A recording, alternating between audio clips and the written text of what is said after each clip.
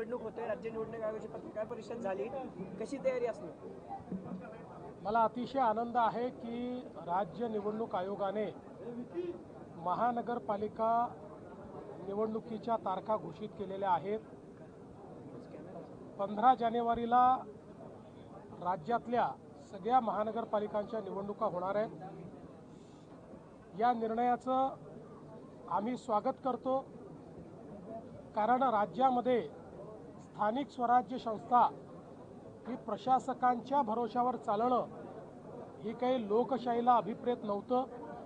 तथापि माननीय न्यायालयाच्या निर्णयांमुळे एक दीर्घकाळ या संस्था निर्वाचित प्रतिनिधींच्या विना होत्या।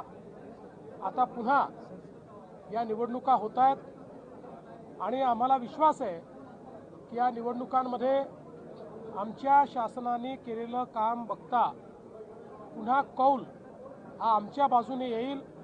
जनता आम्हाला शहर विकासाची पुन्हा संधी देईल हा मला विश्वास आहे।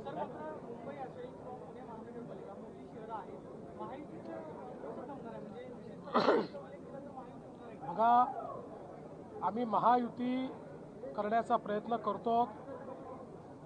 जास्तीत जास्त ठिकाणी भाजप आणि शिवसेनेची युती होईल, काही ठिकाणी भाजप शिवसेना राष्ट्रवादी युती होईल, एखाद दोन ठिकाणी भाजपा राष्ट्रवादी युती देखील होताना आपल्याला पाहायला मिळेल।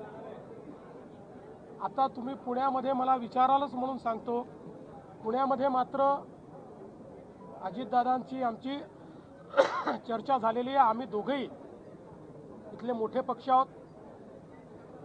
भाजपने 5 वर्षात चांगल्या पद्धतीनं पुण्याचा विकास केलेला आहे, त्यामुळे कदाचित पुण्यामध्ये राष्ट्रवादी काँग्रेस आणि भारतीय जनता पार्टी अमोरासमोर लढताना त्या ठिकाणी पाहायला मिळतील। पण असं असलं तरीही मैत्रीपूर्ण लढत असेल, याच्यामध्ये कुठेही कटुता नसेल। सर, नागपूर महापालिका आणि इतर दुसरी महापालिका आरक्षणाचा जो मुद्दा आहे त्यावरून देखील निवडणूक आयोगाने भाष्य केले की सुप्रीम कोर्टाच्या आदेशानुसार आरक्षणाचा मुद्दा का असेल? करेक्ट आहे। नागपूर महानगरपालिका आणि चंद्रपूर महानगरपालिकेमध्ये आरक्षण हे 50% वर गेलेलं आहे। पण माननीय सर्वोच्च न्यायालयानेच सांगितलं की यांच्या निवडणुका घ्या, फक्त जो निकाल आहे तो आमच्या अंतिम निर्णयाच्या अधीन राहील। आम्ही अंतिम निर्णयात जो काही निर्णय घेऊ तो या 2 महानगरपालिकांना लागू असेल।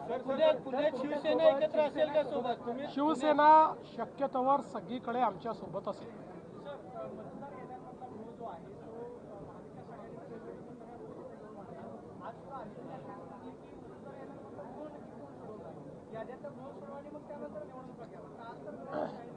असं आहे की याद्यांमध्ये अनेक ठिकाणी घोळ आहे, हे आम्ही देखील दाखवलेलं आहे। पण त्याकरता निवडणुकाच घ्यायच्या नाहीत असं करता येणार नाही।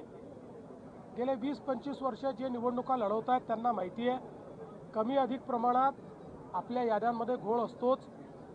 आता जेव्हा SIR सुरू झाला आहे त्यानंतर कदाचित याद्यांमधला घोळ कमी होईल। पुढच्या काळात तर माझं मत असं आहे की इलेक्शन कमिशननी आपल्या याद्या ब्लॉकचेनमध्ये टाकाव्या। त्या ब्लॉकचेन पद्धतीनं जर तयार झाल्या तर त्यातला घोळ हा नेहमीकरता संपवता येईल।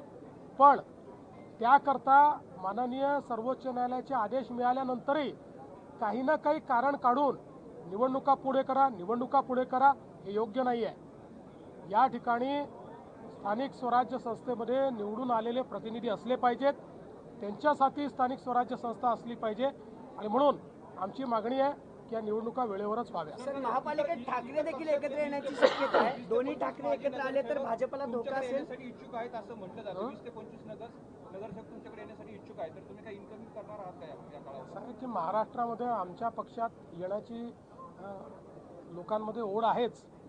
आता कोणाला घ्यायचं आणि कोणाला घ्यायचं नाही हे आमच्या पक्षाचे अध्यक्ष आणि त्या ठिकाणचे आमचे प्रमुख नेते हे मिळून याचा निर्णय घेतील। याचा काही सरसकट कुठलाही निर्णय नाही। सर, ठाकरे दोन्ही बंधू एकत्र येत आहेत, हा एक पक्का निर्णय आहे आमचा आणि त्या ठिकाणी शिंदे साहेबांचं ठरलं आहे की एकमेकाचे घ्यायचे नाही। ठाकरेंचं काय सर? दोन्ही ठाकरे एकत्र आल्यावर तुम्हालाही फटका बसेल, मुंबई महापालिका आहे, कुठलाही फटका नाही। दोन्ही ठाकरे एकत्रित आले तरी नाही आले तरी दोन्ही ठाकरे एकत्रित आल्यानंतर काँग्रेसही त्यांच्यासोबत गेली तरीही मुंबईकर भारतीय जनता पार्टी शिवसेना आमच्या महायुतीलाच निवडून देतील.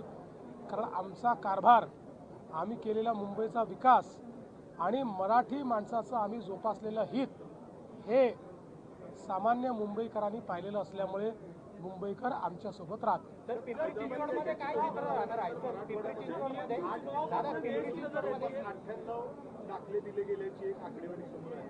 तर तुम्ही म्हटलं तसं पूर्ण छाननी होऊनच दाखले दिले जातात.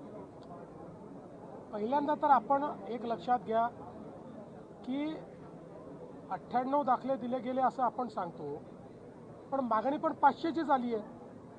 म्हणजे असं नाही आहे की लोक मागणी करतात आणि दाखले मिळत नाही आहेत. जी मागणी आली त्या तुलनेमध्ये सगळी त्या ठिकाणची छाननी करून ते दाखले दिले जात आहेत. ही प्रोसेस आहे. त्यामुळे प्रोसेसमध्ये जे बसत आहेत कोणालाही दाखले डिनाय केले जात नाही.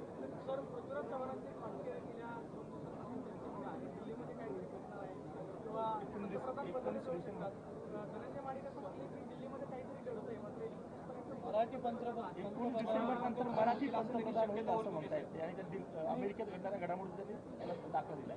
आत्तापर्यंत वेगवेगळ्या नेत्यांना साक्षात्कार होत होते, स्वप्न पडत होती, भविष्यवाणी ते करत होते, हे आम्ही बघितलेलं आहे. पण पृथ्वीराज बाबांसारखा ज्येष्ठ नेता जे महाराष्ट्राचे मुख्यमंत्री राहिले, PMOचे मंत्री राहिले, त्यांनाही असे साक्षात्कार व्हायला लागले तर मात्र निश्चितपणे मला असं वाटतं की त्याच्यामध्ये काहीतरी थोडं काळबेर आहे. पृथ्वीराज बाबा एक अतिशय चांगले नेते आहेत, त्यामुळे त्यांचं आरोग्य उत्तम राहावं अशी आमची त्यांना शुभेच्छा आहे. त्यामुळे अशा प्रकारचा विचार करून त्यांनी स्वतःला फार त्रास करून घेऊ नये असा माझा त्यांना सल्ला आहे. सर, BMC के चुनाव में पूरे देश की नजर रहती है. कैसी तैयारियां आपकी और आपके महागठबंधन के जो अलायंस पार्टनर्स हैं, किस तरह चुनाव में उतरेंगे? क्या क्या देखिए, मुंबई में महागठबंधन नहीं, महायुति, महागठबंधन बिहार में चलता है, मुंबई में महायुति चलती है. तो महायुति मुंबई में चुनाव लड़ेगी और मुंबई की जनता मोदी जी ने किया हुआ काम, हमारी सरकार ने किया हुआ काम, इसको देखते हुए फिर एक बार मुंबई हमारे हाथ में महानगर पालिका के रूप में देगी, ऐसा मेरा विश्वास है. ठाण्यामध्ये पण युती होईल का स्वतंत्र? युती होईल ना, आमचा प्रयत्न आहे. ठाण्यात, कल्याण डोंबिवलीत, सगळीकडे, पिंपरी चिंचवडमध्येही अजित पवार आणि आम्ही पुणे आणि पिंपरी चिंचवडमध्ये एकत्रित लढू शकणार नाही. आम्हाला दोघांनाही एवढं राजकारण समजतं की आम्ही एकत्रित लढलो तर तिसऱ्याचा फायदा होईल, त्यामुळे तिसऱ्याकरता आम्ही जागा ठेवणार नाही. आम्हीच एकमेकाच्या समोर लढू, पण मैत्रीपूर्ण लढू.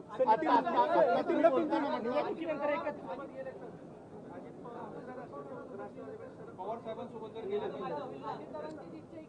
अरे बाबा, तुम्ही अजितदादांना विचारा, हा प्रश्न मला का विचारता?